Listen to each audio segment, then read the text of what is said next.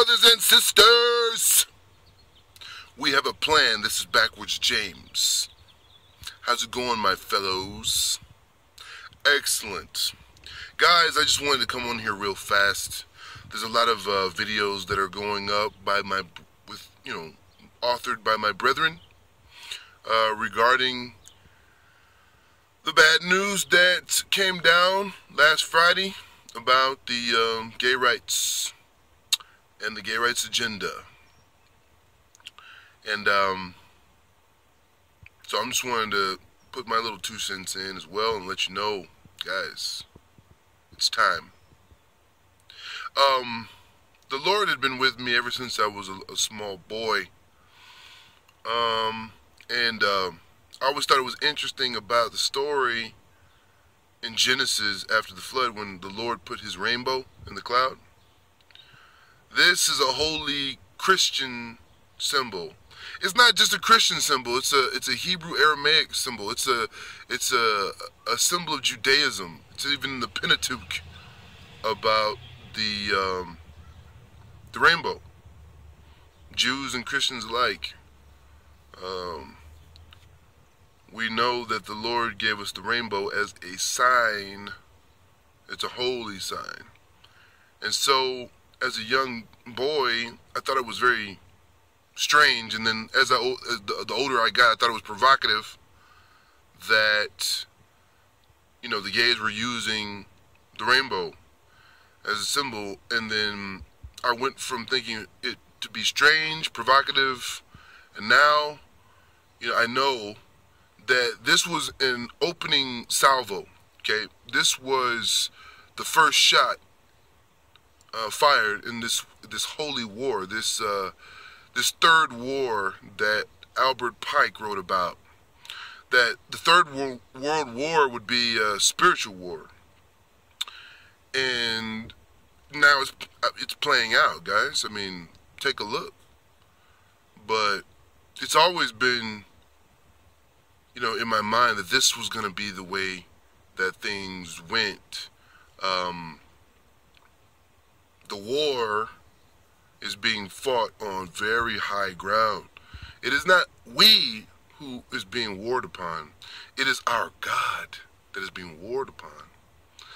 And it's unfortunate that the men and women involved on the opposing side don't have the faith that they need, because it is a fearful thing to fall into the hands of a wrathful God, our God.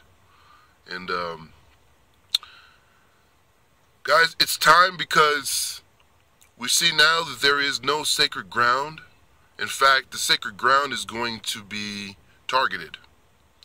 This is the fulfillment of the time period that's written in Revelation chapter 11. And so very soon now, the 2 witnesses will make their appearance. Very soon now, the rapture will occur.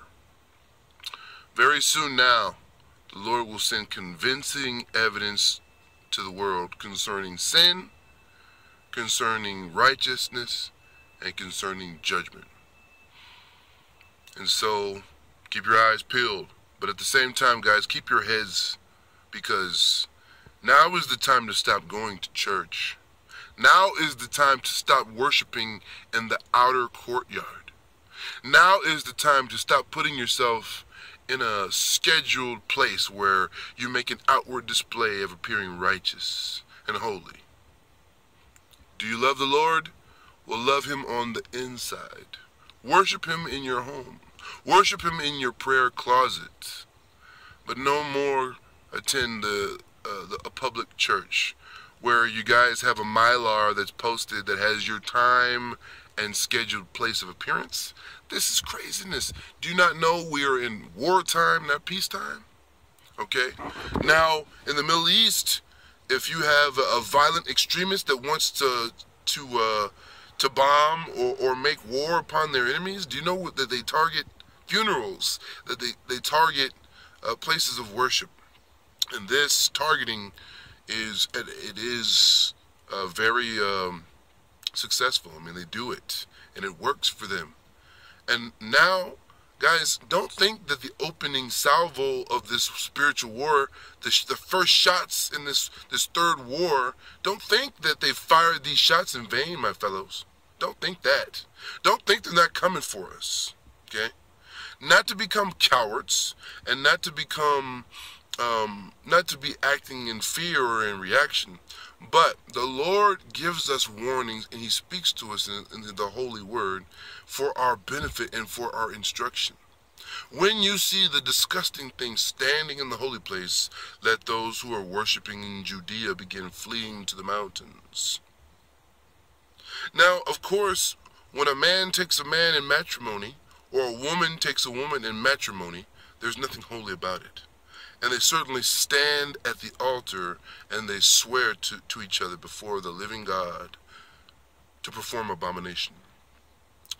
So, my fellows, it is time to flee to the mountains. Because now that it's the law of the land, now the Lord of the Flies has a pretext. Now they have a pretext for war. This is the way that you do it. If you have a group that you want to war upon, and if you have a people that you hate, and you also happen to be in the government, you cannot just blithely go and make war on your enemies, because this would expose you as for what you are. The one who lies and the one who tells the truth, they are known by this, by their word. And so, by words of folly, by words of deception, those in the government that make war on God's people, they frame trouble by decree. And now there is a pretext. Now it's on the books. Now it's the law of the land, and they will make good on their threats. Obama says to the gays, it gets better. Just wait. This is a promise, my brothers and sisters. It's not a threat. It is a promise. They are about to make war on the outward court, the outer courtyard. They have a pretext. So, my brothers and sisters, now's the time to stop going to church. I know many people will they'll give me flack when I say stop going to church. And people will sort of chafe at this saying. But guys, just because you're not going to church, does this mean that you do not worship the Lord? No. You worship the Lord on the inside, in your heart and in your mind, in the words that you say. You don't need to dress up and show the world, look, I am righteous, I'm a Christian. Because the one who is a Christian or a Jew on the outside is not. It is the one who is a Christian or a Jew on the inside. This is from the Lord. This is the saying of the Lord. So, I just wanted to come on here and say that. Flee to the mountains, my brothers and sisters. Flee to the mountains. Flee to the mountains. The war is on. This is the time. And Obama's going to get 3 terms. So, I believe he is the wild beast of Revelation, the head of the wild beast, I should say. And the time that was spoken of in Daniel chapter 7 as well as Daniel chapter 11.